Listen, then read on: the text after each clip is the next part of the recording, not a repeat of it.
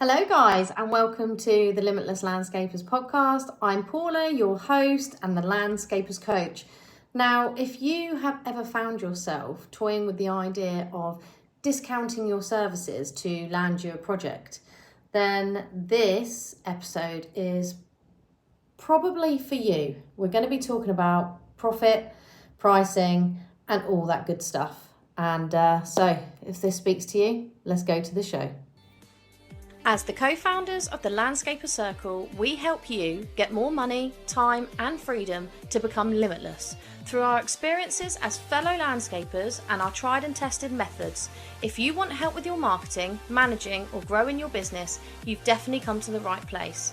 If you're a landscaper, garden designer or supplier to the industry, then hit subscribe so you never miss an episode. Now, let's get back to the show. Hello guys, and welcome to the Limitless Landscapers podcast. I'm Paula. How are you doing today? It's been pretty epic actually since I last recorded a podcast. If you haven't listened, we are on Spotify, Apple and YouTube, so you can go and listen to the last podcast episode that I recorded all about decision making. And if you've listened to that, you might have heard that we have some big plans. We are looking to move to Thailand in 2026. And so it's been very, very busy here. Very busy looking at the direction the landscaping business is going, my business, other things in life, getting life together to do that big move. And again, coming back to the decision making, how important it is to make some decisions and just get behind them. But today, I wanted to talk about profit and pricing and all of that exciting stuff, because I don't know about you, but I'm certainly finding that current market conditions with the political climate as it is and all of the good, fantastic tax, extra tax we're all having to pay, and really the country being put to its knees almost, is that it's getting a lot harder out there. It really is. And I don't know if you've noticed, I've spoke to people in the industry, I've spoken to clients, and we've all experienced the same. It's not that we haven't got jobs and we haven't got a pipeline of jobs. It's that these jobs are becoming very price driven. So you have to put a lot of focus on price and also the value you add. But also it's taking longer to get clients over the line. And when you're there, the extra stuff the client wants you to constantly do. So I know these things are always in the background. Having run a landscaping business myself for over 14 years now, I understand this industry immensely and I understand the clients. So I know this happens all the time. I just feel at the moment it's even worse. It's quite slow as well. So inquiries aren't, it's normally September, October, November time. You get quite a lot of inquiries looking at and planning for next year's garden. That's certainly not happening quite as much. And the wait times, we're not as fully booked as we usually would be this year. And I've heard the same from others. So that's not to frighten you and to scare you, but it's a good idea to see that you are pricing competitively and for profit, most importantly, because what is actually the point in going to work if you are not going to be earning the money you need to have your life, and also that if you're not actually turning a profit? There is no point in running a business if it is not profitable. So I know that lots of people, and if you are advertising your business, say on social media platforms or through advertising, people are going to suggest that you use a discount. I understand that. It hooks the client, it gathers interest, you gain some leads. However, I would really err on the side of caution with this. Something that I've learned over 14 plus years of landscaping and being in business is discounts don't always bring the correct type of customers that you're aiming for. I don't know about you, but have you underpriced a project so badly it's cost you more than you've earned? I know I have. I know it's happened to us in the past. And something that continually happens, and I find that it happens all the time, even when you've noticed it becomes a thing, is when you promise clients extra stuff for free. And then when it comes to a final bill and they're, moaning over an extra X or an extra Y, whatever, they don't remember the stuff that you've done for free. Maybe you've put in some extra piping or some drainage because you were just there. Maybe you've laid an extra couple of slabs because you had them, they wanted it slightly bigger. All of these things we do, and it actually doesn't add any more credibility to yourself. The client forgets all about it as much done. And more importantly, it probably impacts your profit line.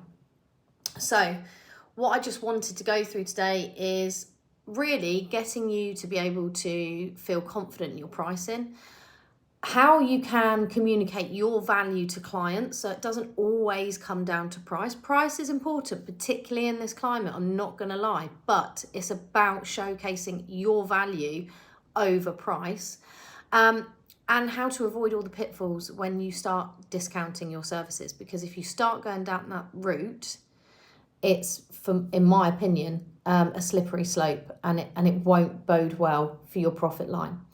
Now, why do we undervalue ourselves as designers and landscapers? Well, it's clear you might be scared of losing the client interest you've got, particularly, and I know I keep harping on about it, particularly in this current climate, you don't want to scare people away.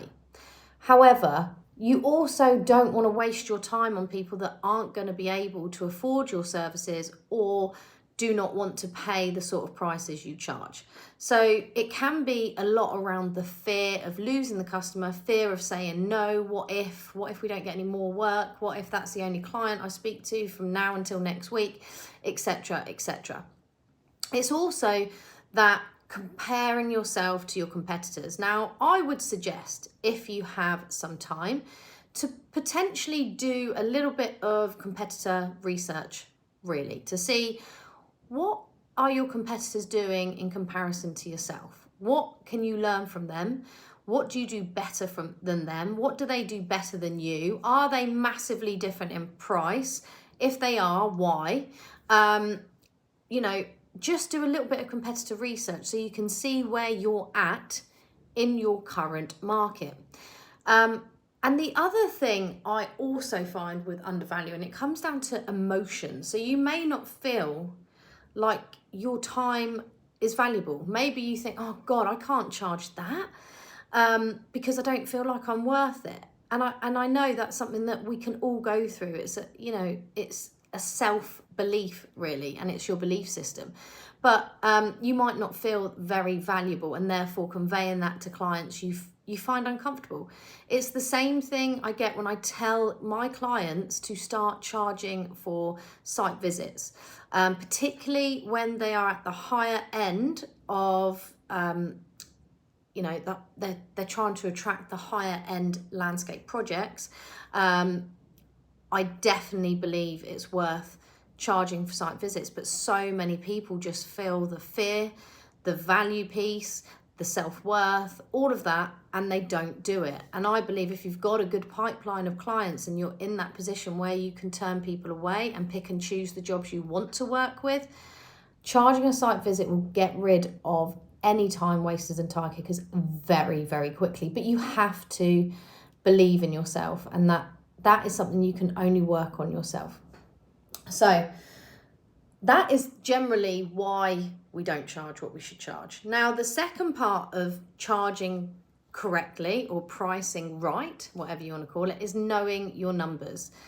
Do you actually know what you're charging at the moment and how that's broken down? Now, most people should be creating quotes, in which case, how are you pricing for jobs? Are you putting down your time, the billable time and the non-billable? So are you covering the cost of you creating that quote, that design? Are you charging a design fee? Are you doing it for free? Are you putting in the materials and the overheads, or are you just charging for materials? Have you even put a profit margin in, or are you just barely breaking even?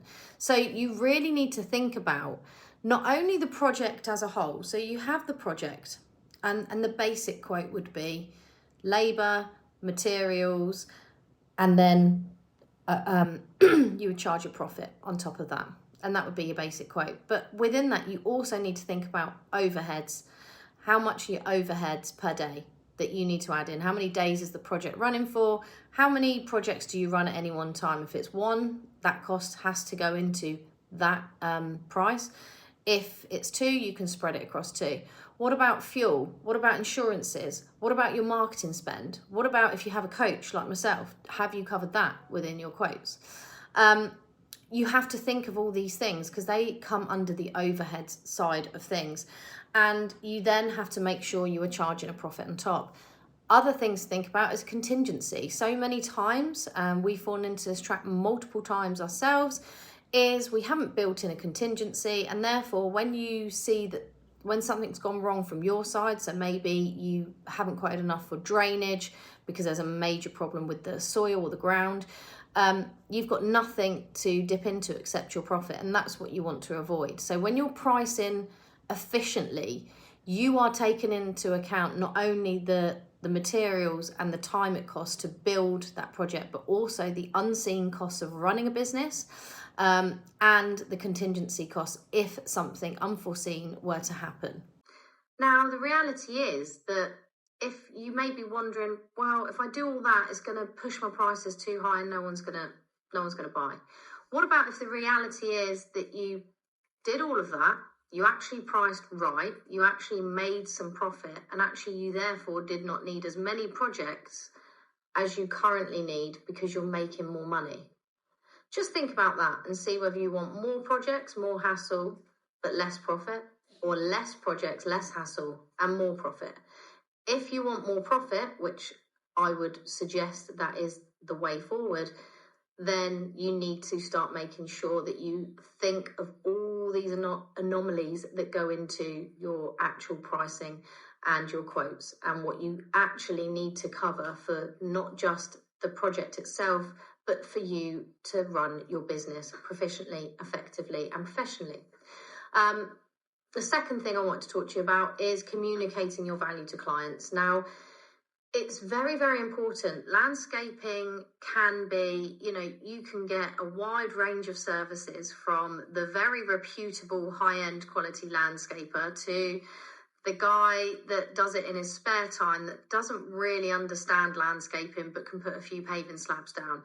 So the price can vary massively, and I would suggest that the more money that a client pays, the more valuable and more knowledge they're getting from the landscaper themselves. So you need to showcase that value that you bring. So it's not about just the price that you're not promoting, the price that you're selling to them. It's about the value that you bring. So my final thoughts, just to close off this episode of the Limitless Landscapes podcast, is a quick recap of everything we've gone through. So number 1 is making sure you know your costs, even the ones that you don't necessarily first think of. So your overheads, your contingency planning, anything else that you think of that you don't currently include into your costings before bringing it into a proper quote for your client. Number 2, making sure you define how valuable you are so it doesn't become a cost exercise, or the cost doesn't play into their decision making as much as it might well have initially done. Make sure you're confident in yourself and your value and delivering everything confidently. Something that I always encourage my clients to do is, once you've produced a proposal and a quote, if it's a project of significant value that you truly, truly want in your business, then I would book in a second meeting to present that to the client so you can overcome their objections, you can discuss it a lot more, and you are more likely to secure the job. Also, never, ever, ever discount a project without reducing the scope of works. Never, ever just discount the price. They always have to reduce the scope of the works rather than just the price itself. So, can you, for your next pricing, maybe you've got a quote to do, could you increase that quote by maybe 5-10%? What would that look like? How would you feel? Could you deliver it confidently? Could you explain the value of yourself over that? Have a think about that and see if you can do it in your next quote, and let me know. Drop me an email, paula@thelandscapescoach.co.uk, and I'd be interested to see how they respond and how you felt about it. So that's me. That's this week's podcast episode, I will be creating a freebie. So keep your eyes peeled for that. I'll pop it in the show notes, and also I'll pop it over on Instagram and Facebook for you to get your hands on if you're interested. And yeah, I hope to see you on the next episode. If you've got any thoughts, drop me a line. If you've got any questions that you want me to cover in the next episode, let me know. And yeah, as always, if you want some help growing your business, maybe you need some specific help with pricing, give me a shout. We can book in a free call, have a quick discussion, and see if you'd like to work with me as your coach, mentor, and friend in your corner. So thank you for listening, and I'll see you on the next episode of the Limitless Landscapes podcast.